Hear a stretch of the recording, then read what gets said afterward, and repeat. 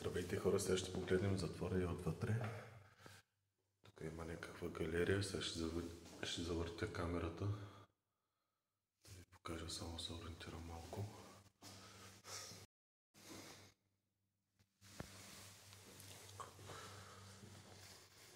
Според някои твърдят, че това е бил един от най-удобния, може би, затвор за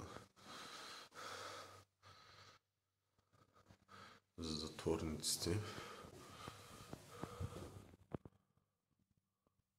Се пресъздават някои неща. После ще се качим, би трябвало да имаме опцията да разгледаме и килии. Малко по-нагоре. Малко информация за замъка. Джетбъра.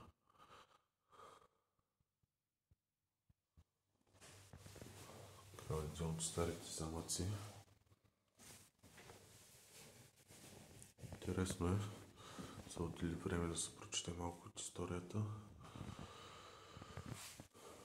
Тук не мога да изляза и да видим какво друго имаме. Не е толкова голямо пространството. Само ще се върна малко назад. Някои неща, които са запазени. Това е стаята Аби. Тук има информация за абатството, което също може да видите в нашата страничка. Или ще може да видите, ако още не сме го направили. Малко се изгубих. За ранната история.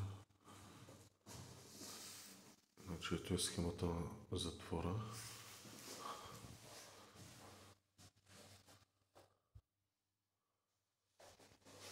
Симпатяги. Колкото и да е удобно, не ми се идва тук.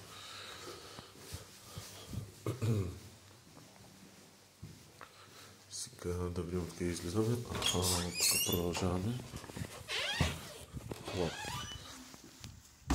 Излизаме отвънка. Ето иначе замъка.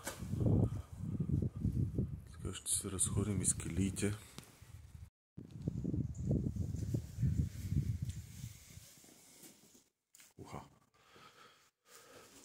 Кой си тя? Този малко ма стресна. Това най-вероятно отговорник за затвора. Има кратка история за него. Как са пресъздадени. Я да видим какво е малко в ръцете си.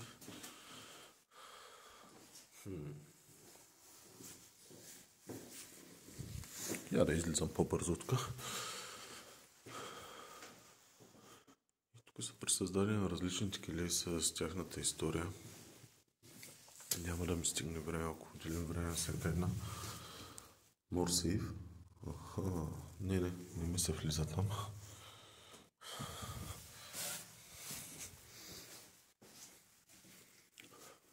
Все пак обаче са имали легла.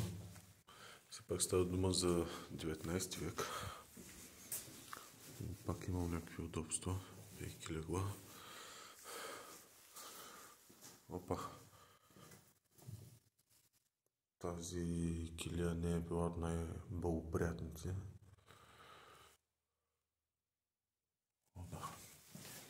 Не ми се остава много вътре.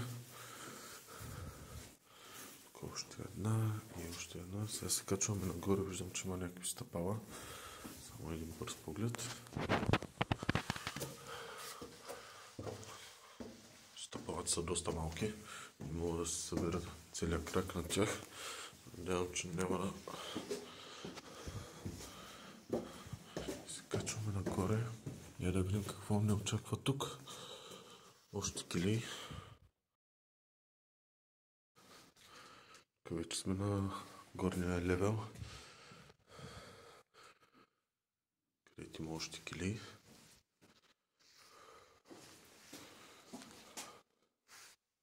Упс, внимателно.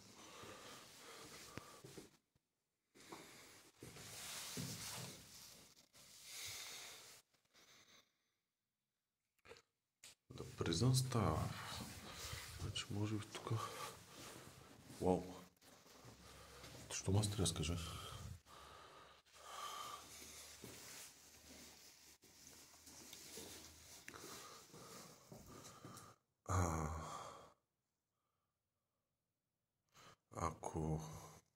Това ми прилича на един вид, на едно време лечението с електрошок.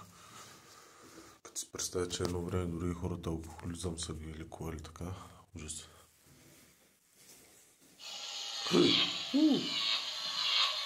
What the hell? Правилно съм разпознал. Добре, за всеки ужас. Я да си излизам аз назад, лекичко така. Тук още кили. И преминаваме напред.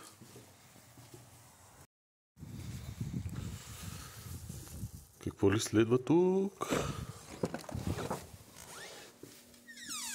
О, добре. Имаме си галерия.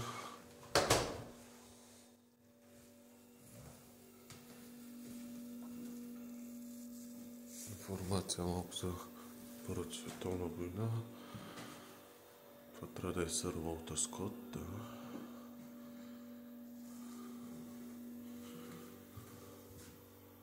Определено ще е интересно човек да отдели някой друг час. Но аз имам да обикалям още доста обекти. Идеята ми е само да ви запозная какво има тук, какво може да намерите. А вече вие сами може да прецените колко време да отделите.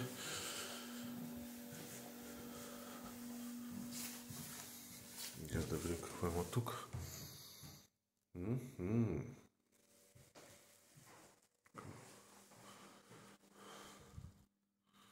Вече има забавления. О, социален живот. Това онова.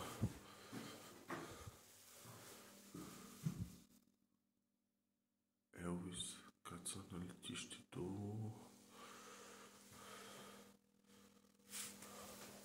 Добре.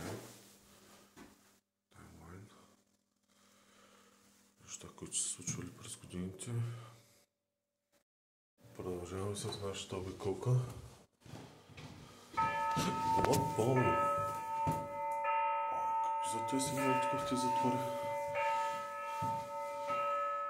Тук разни купи има. Имам си имал някакви надпредвари, джетбъра на фестивал. На фестивалите, които са били организирани. Ужас. Продължаваме напред. Какво ли се крие тук? Може би вече се завръщаме към долното ниво. Ето още един поглед. Да, сега сме горе на моста, на който ви бях казал, че най-вероятно ще минем. Още един поглед към замъка. Красив е, запазен е.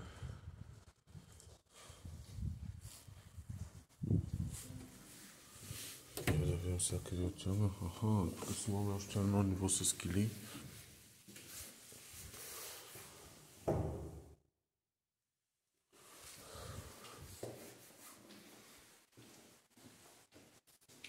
Family Criminal. Това да не е женския затвор. Женската част на затвора. Да? Че му стресна. Явно да. Не ме лъжи. Няма чак такъв голям лукс на разделение.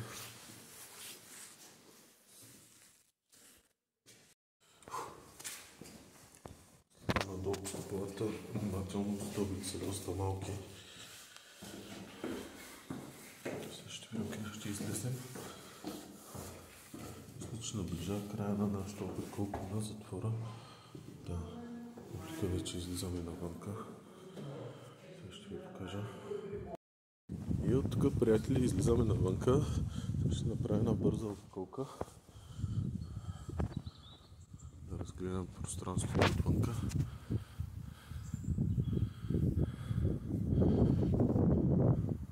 Добре, харесваме този замък. Ето тук минахме преди малко.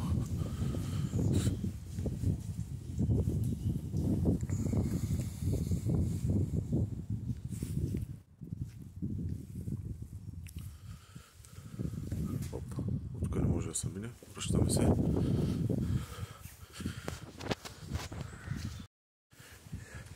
И от тук, приятели, излизаме навънка. Поглед към града, където продължава моята разходка.